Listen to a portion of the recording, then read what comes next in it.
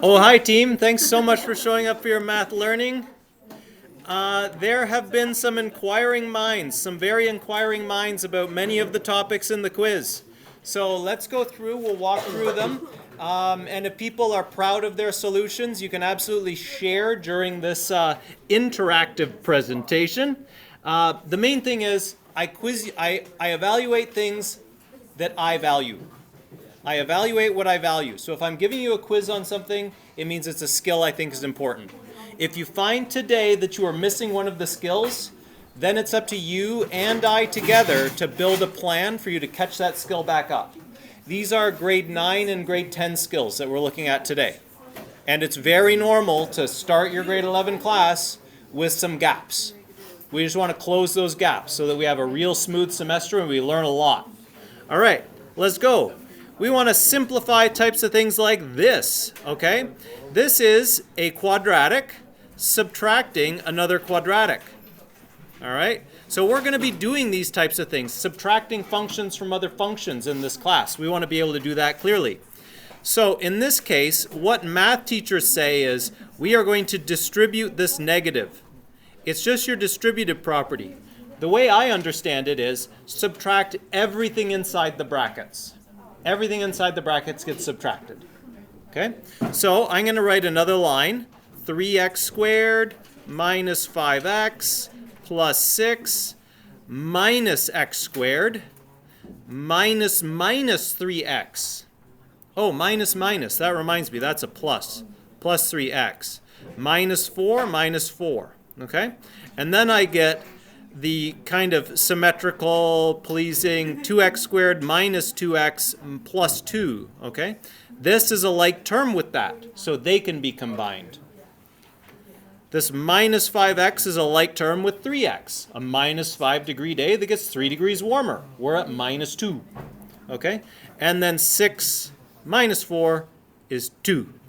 And then we get an ax squared plus bx plus c. Okay, this is a quadratic in standard form. We're going to see a lot of these in the coming 2 units. And I will teach you how to interpret ax squared plus bx plus c. This would be a quadratic and it would look something like this. It would cross at 2, it would be going down, and it would be pretty curvy like that. That would be a sketch of this final resulting quadratic there. Okay, questions about that one? You have to distribute that negative just like it was a minus 2 or something like that. It would be minus 2 times the whole bracket. This one you can think of as minus 1. Another way to think of this is flip the signs of everything inside the brackets. All of them are a light switch and they flip once. Next, this one. So many questions about this one. And that's why I put them together, because I know that there'll be questions. This one we have to follow Bedmus. Let's do the squaring first. We have to do the squaring first because exponents is the first thing in Bedmus that we can actually do here. So we do that. We keep this minus 10. He's going to be invited to the party very, very late. He's connected by subtraction, or she or they. Sorry, she or they. I don't know the gender of this 10. But they get invited to the party at the very end. The 3 is going to be invited to the party next, but first we're going to do that squaring. So let's do that first. So if I do that, some of you had this. What's the problem with that? Deacon. What? You made me do this wrong. Some of you have this. What's the problem here? Oh no. Looks familiar, doesn't it? Oh no. We didn't do FOIL there. We didn't FOIL it out. So we want to do it this way. X times x, x squared. X times minus 5, minus 5x. Minus 5 times x, minus 5x. Minus 5 times minus 5 is indeed plus 25. We finish our bracket, and then we carry on with minus 10 there. Okay? We good? And then now we have something we can do inside the brackets.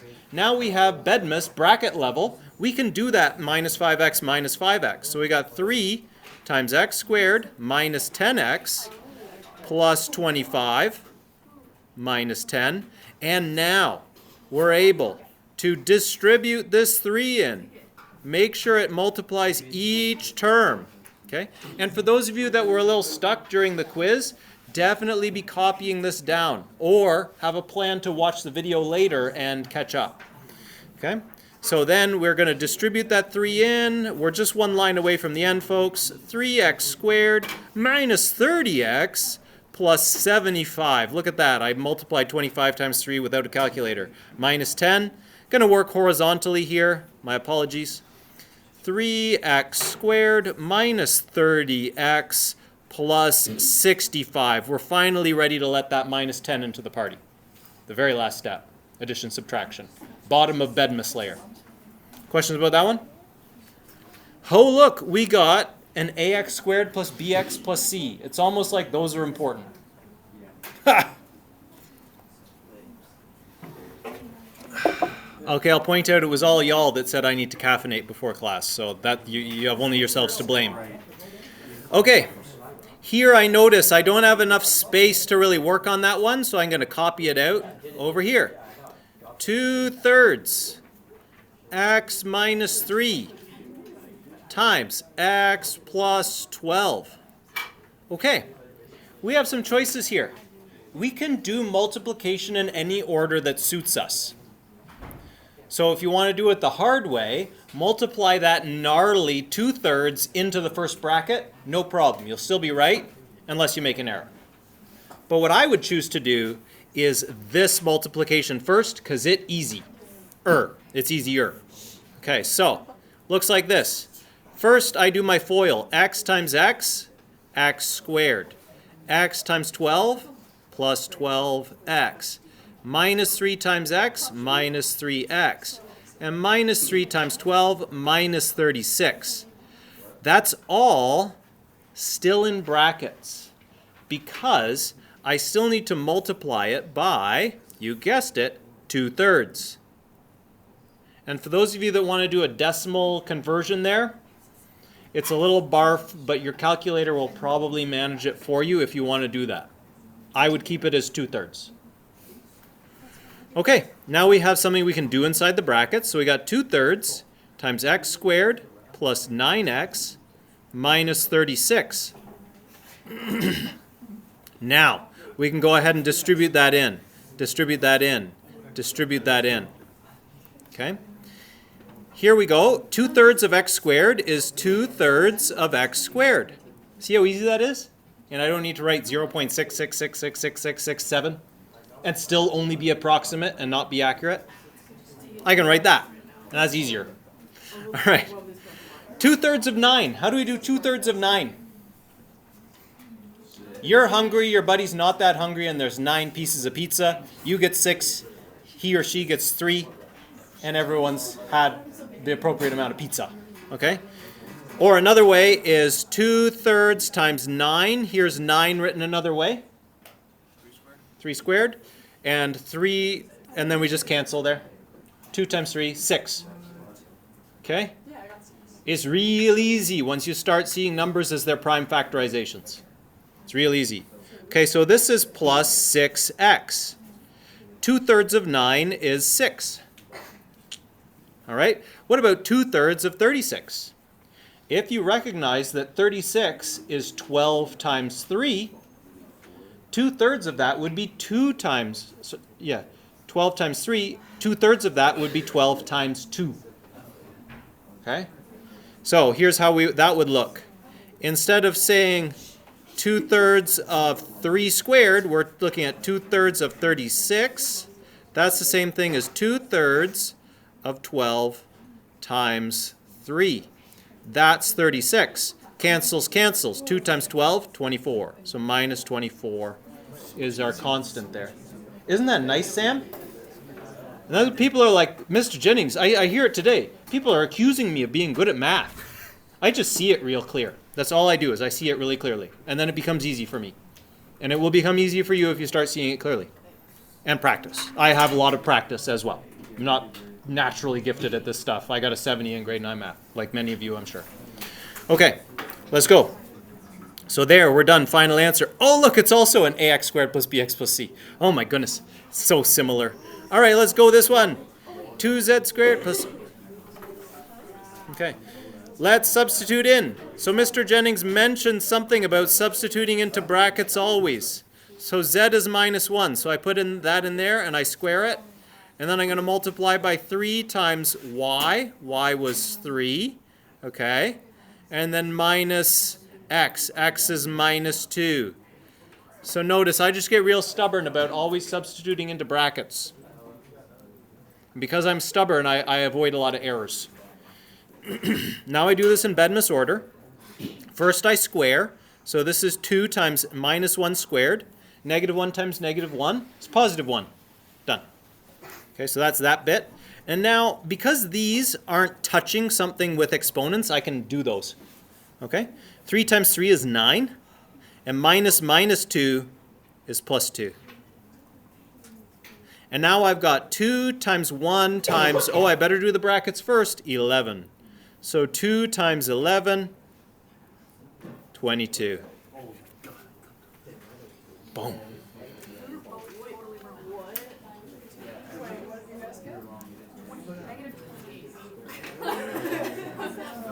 The fun part now is to, being interactive but not naming you by name, is to now go and hunt for your error and figure out how you made this egregious error. Because minus 2. So it's like, you owe me $2, but then I say, nah, don't worry about it, we're good. Forget about that. Remove that debt that you paid me. I'm basically giving you positive $2 when I erase a debt. Or it's like saying, what if the temperature hadn't gone down by 2? It would be 2 higher. That's remove a negative. It's really weird because we don't usually think in that way, but math-wise, they cancel each other out. Negative, double negative makes positive. With the minus 2? Yeah, it becomes plus 2.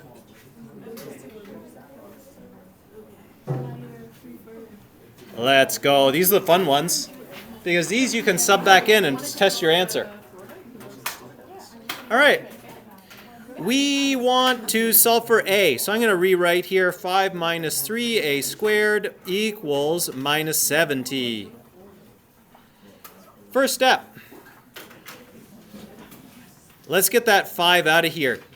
I think the opposite of adding 5 to one side of the equation would be subtracting 5. So let's remove that 5. We're going to now have minus 3a squared equals negative 75. Okay. Oh, and now, what's the opposite of multiply by negative 3? Divide by what? Negative 3. Divide both sides by negative 3, and this cancels this. Notice it's the same trick that I use when I'm just like canceling fractions and stuff. It's if it lives upstairs and downstairs at the same time, poof, puff of chalk dust, and it disappears. It's amazing.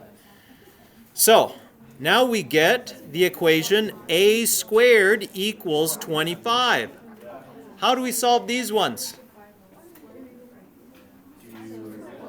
We square root both sides. Awesome. So I get out my inverse operations pen. Am I missing anything here?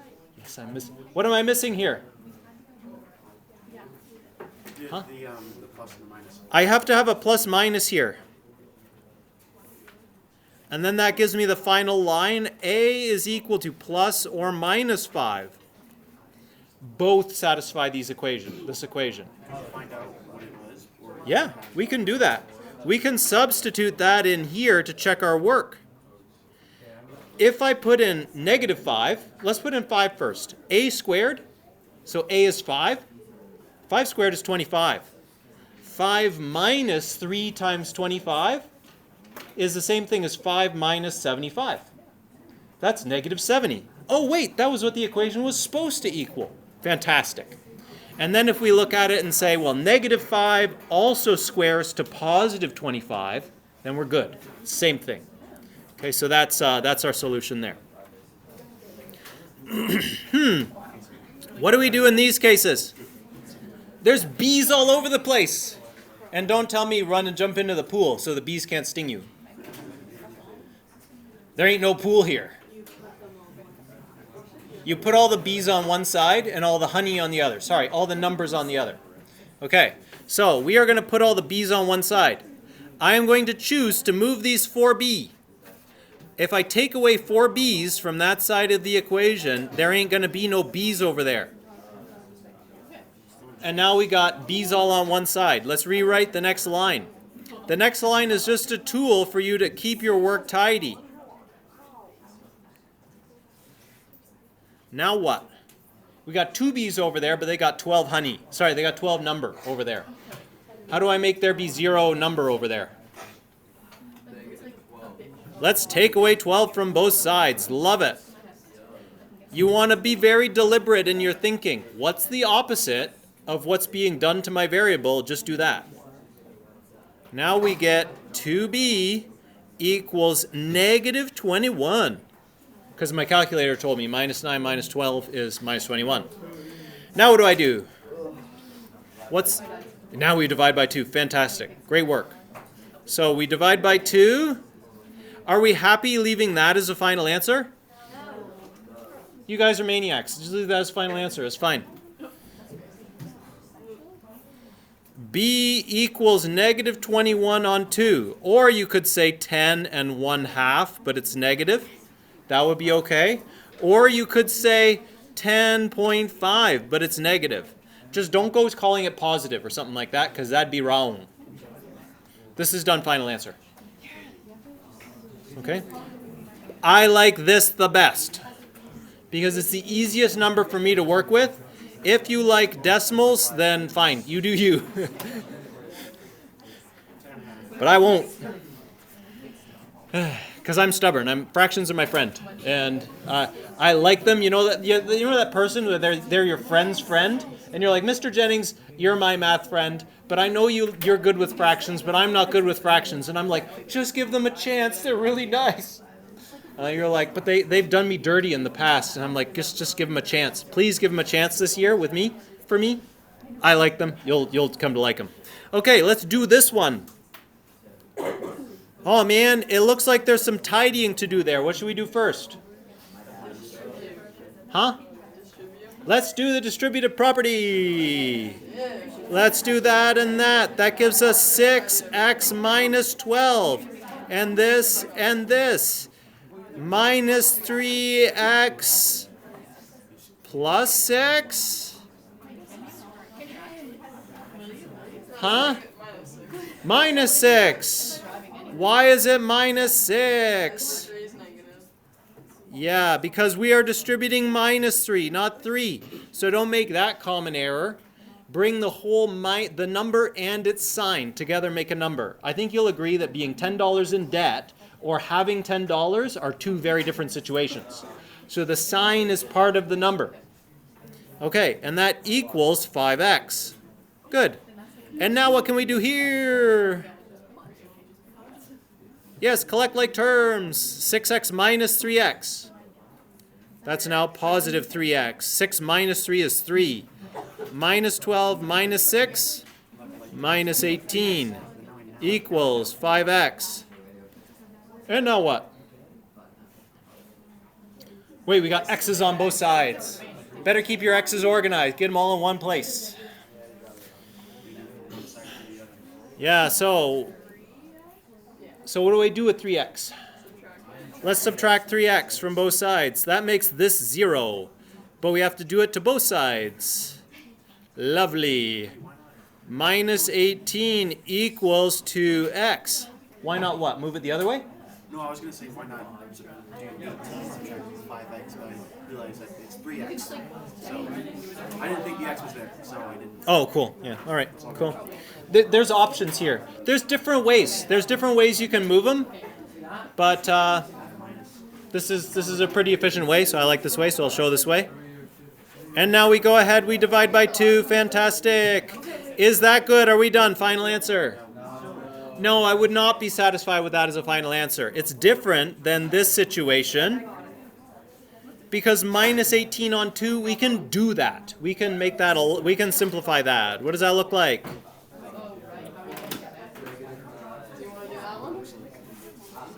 There we go. Last one.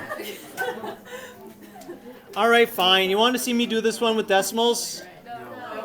No? I was kind of like eager to show it. This is what it would look like if I do it with decimals. I rewrite it. 0.6x plus 0.5 equals 0.5x. Okay?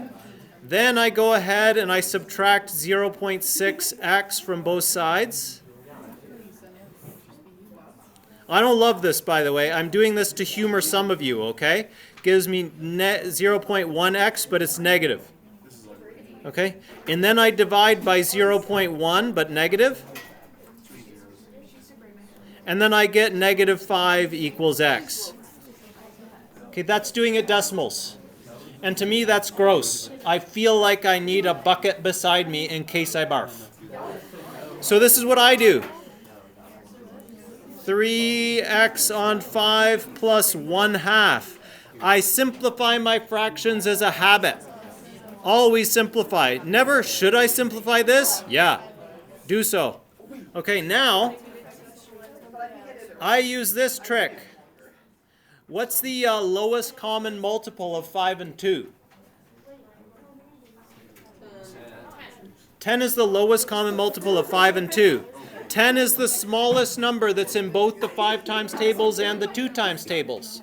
So let's multiply both sides by 10. Watch this. Here we cancel. I'll get out a different color cancel pen. We cancel. 10 divided by 2 is 5. 10 divided by 2 is 5. Okay, so on that side of the equation, we're going to have 5x. 5 times x. Okay? 10 divided by 5 is 2. Okay? So we're going to have 2 times 3x. 10 divided by 2 is 5. So we're going to have plus 5. Okay, following me there? Maybe I can show another line. I could show another line. This is distribute here. 10 times 3 times x on 5. Come on in. And then this one is plus 10 on 2. Okay, that's kind of what's happening there. Then we get this. This is 6x plus 5 equals 5x. Subtract 5 from both sides. And subtract 5x from both sides. So that's going to be on the D2L, that video, to support your learning. Your next task is to go through on the right-hand side, locate your errors, tell me where your errors were, and give that back to me tomorrow. Okay. Sorry? No textbook homework today. The reason I want you to take your textbook home today, let me sign off on this video first.